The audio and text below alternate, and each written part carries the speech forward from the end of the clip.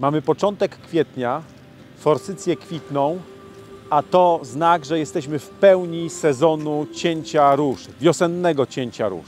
Dzisiaj film będzie nie o tym, jak ciąć poszczególne grupy róż, bo takich filmów jest już mnóstwo na naszym kanale, ale dzisiaj powiem Wam, jaka jest moja strategia na cięcie róż po łagodnej zimie.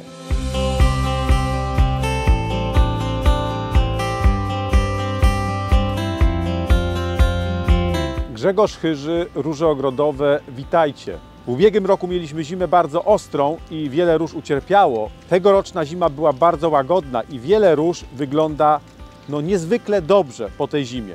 Ale mimo to widzę, że w wielu ogrodach tniecie róże bardzo nisko.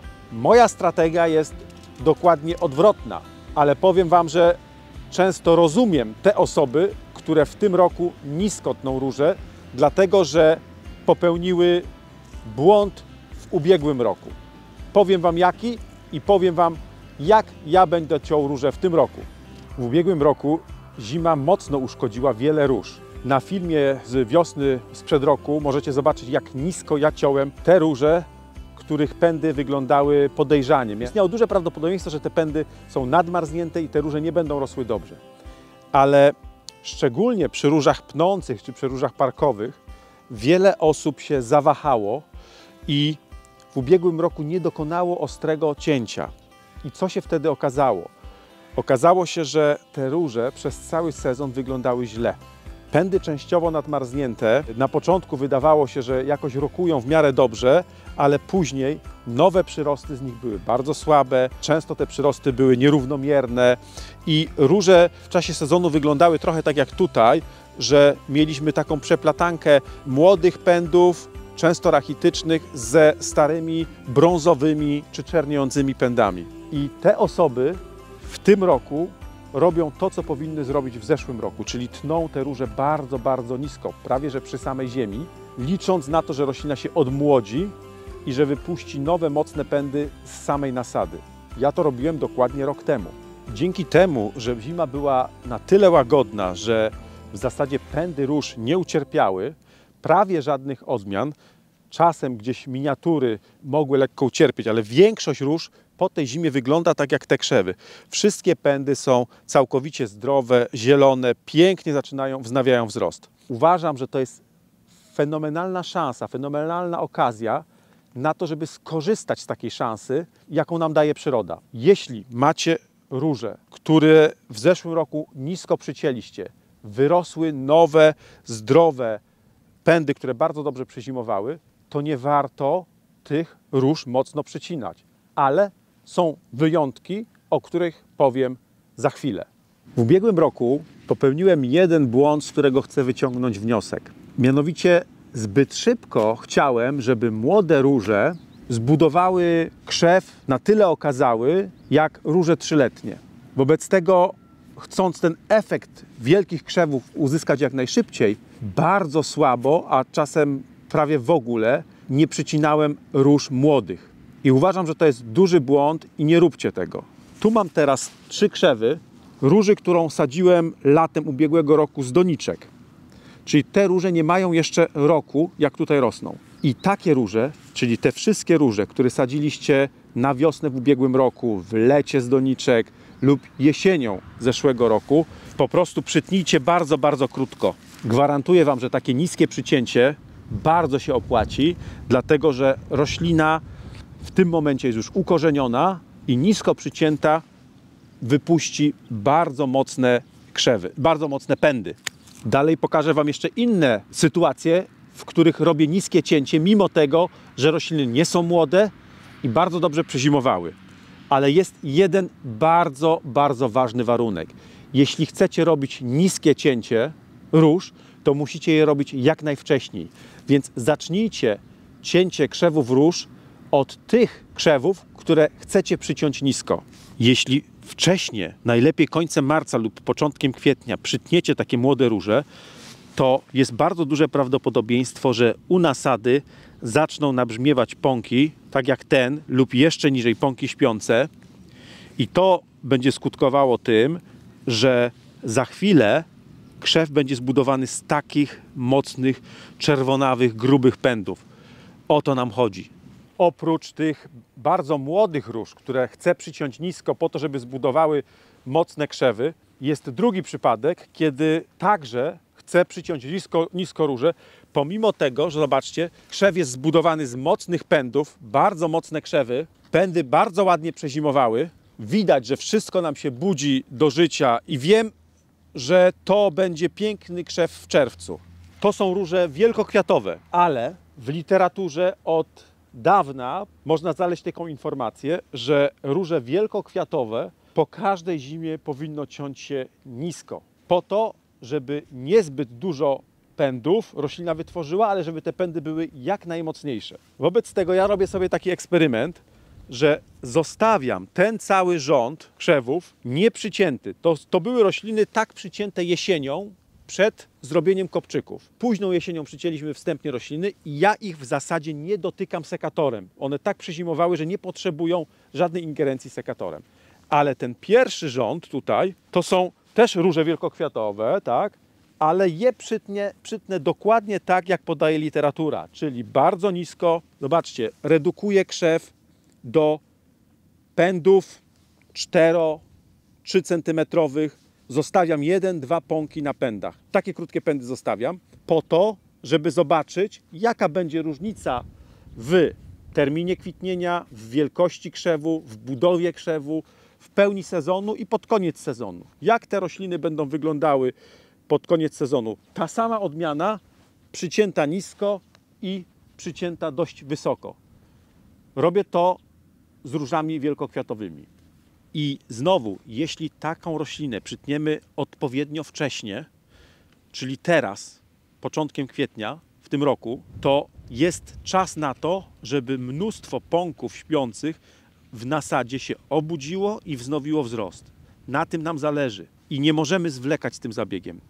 W ubiegłym roku, przez to, że nagrywałem Wam to cięcie poszczególnych grup róż, zajmowało mi to dużo więcej czasu i do róż parkowych doszedłem już zbyt późno i wtedy nie warto było przycinać tak nisko tych róż, bo osłabiłbym te rośliny zbyt mocno, więc znowu, jeśli chcecie ciąć róże nisko, to musicie to zrobić odpowiednio wcześnie. A teraz jestem przy różach rabatowych. Zobaczcie, piękny okazały krzew, dwuletni. Te rośliny były przycięte tylko wstępnie jesienią i miałem ich w ogóle nie dotykać sekatorem. Drugi rząd był troszeczkę mocniej przycięty, ale też jesienią i miało tak pozostać.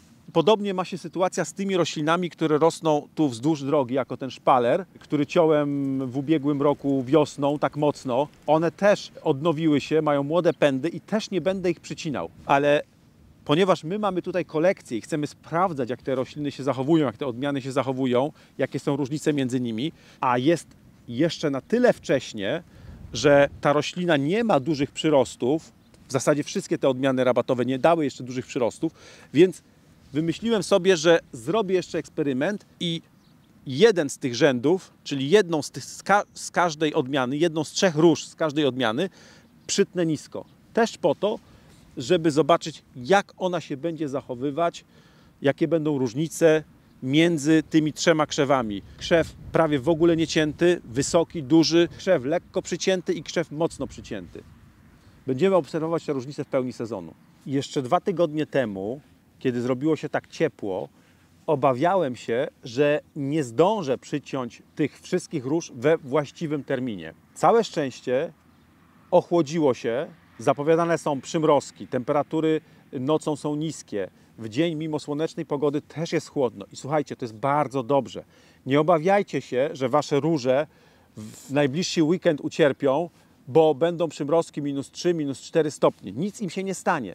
To jest super sprawa, że wegetacja wyhamowała, dlatego że mamy po pierwsze więcej czasu na wykonanie zabiegów, a po drugie w niższej temperaturze, w takiej spokojnie rozpędzającej się wiośnie, te nisko przycięte krzewy będą miały więcej czasu na to, żeby te pąki śpiące się obudziły, odpowiednio nabrzmiały i żeby wyrosły z nich mocne pędy. Bo teraz tutaj stoję przy takim przykładzie, że gdybyśmy mieli ciepłą wiosnę, gdyby się nie ochłodziło, to teraz już praktycznie wszystkie krzewy wyglądałyby podobnie jak to. Czyli mielibyśmy już dość duże, młode przyrosty i wtedy odradzam Wam już cięcie.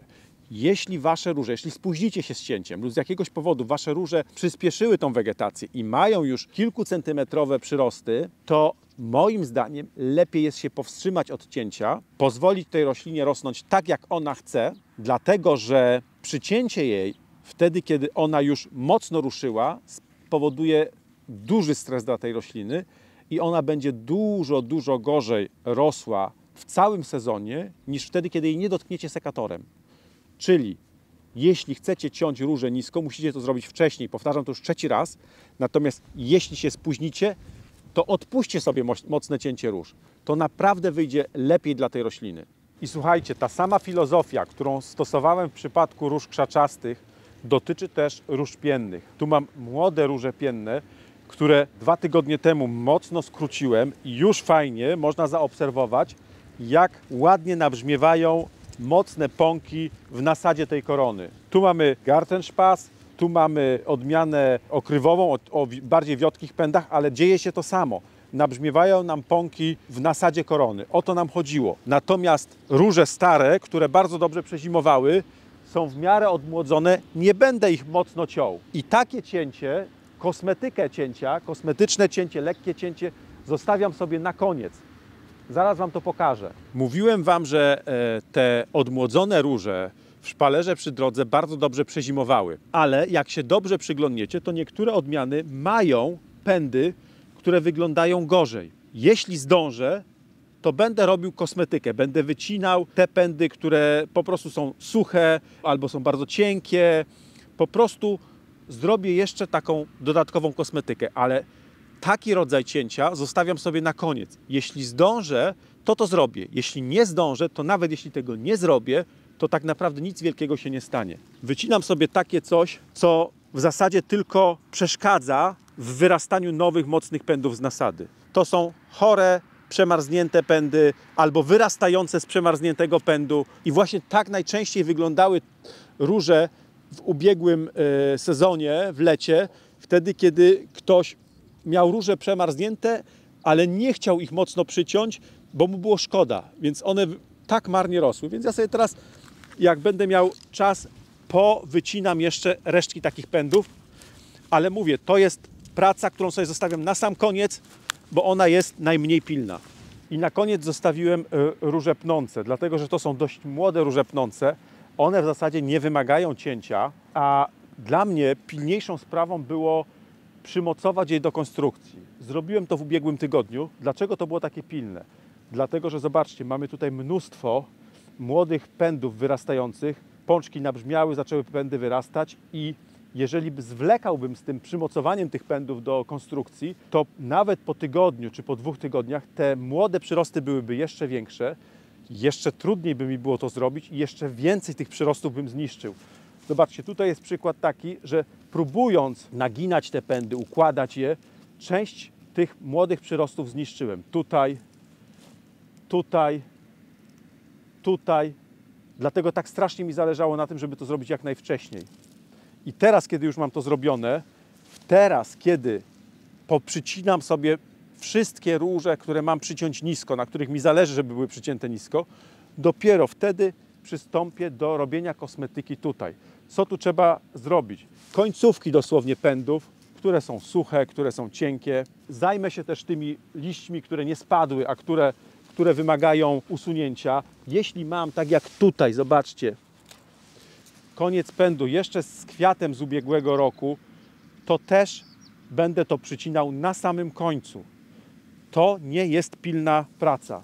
I na koniec jeszcze powiem Wam o młodych różach pnących. Na samym początku filmu mówiłem, że młode róże, które nie rosną jeszcze więcej niż rok w ogrodzie, warto teraz przyciąć nisko. Ale niekoniecznie musi to dotyczyć róż pnących.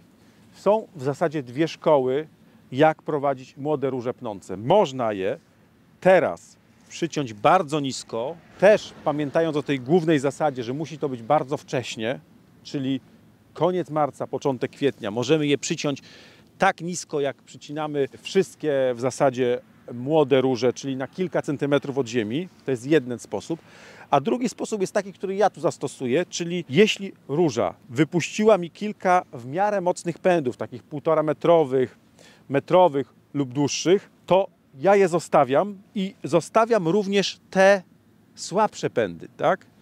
Niech ta roślina wznowi wzrost, niech tu zacznie pracować ten cały system fotosyntezy, gromadzenia zapasów i liczę na to, że w czerwcu, w lipcu z tej nasady zaczną wyrastać nowe, mocne, szkieletowe pędy. I tak najczęściej się dzieje. Czyli wcale nie jest powiedziane, że róże pnące po pierwszym roku musicie nisko przyciąć. Jeśli są bardzo słabe, to ja bym tak zrobił.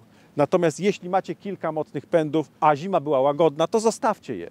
Będziecie mieć już fajne kwitnienie w czerwcu, efekt już będzie zadowalający, a jednocześnie w lipcu i później roślina powinna wydać kolejne, jeszcze mocniejsze pędy. Na dzisiaj to tyle. Pamiętajcie, fajnie, że pogoda się ochłodziła, że wiosna troszeczkę spowolni nam tą wegetację. To będzie dobre dla roślin i docenimy to w maju, wtedy kiedy te przyrosty nie będą tak duże, a też przymrozki mogą przyjść. Także to jest fajna sprawa. Druga rzecz, zaplanujcie sobie cięcie według tej kolejności, którą powiedziałem. Jeśli macie coś przyciąć nisko, to tnijcie to w pierwszej kolejności. Widzimy się w następnych filmach i jeśli podobał Ci się ten film, to zasubskrybuj kanał i do zobaczenia.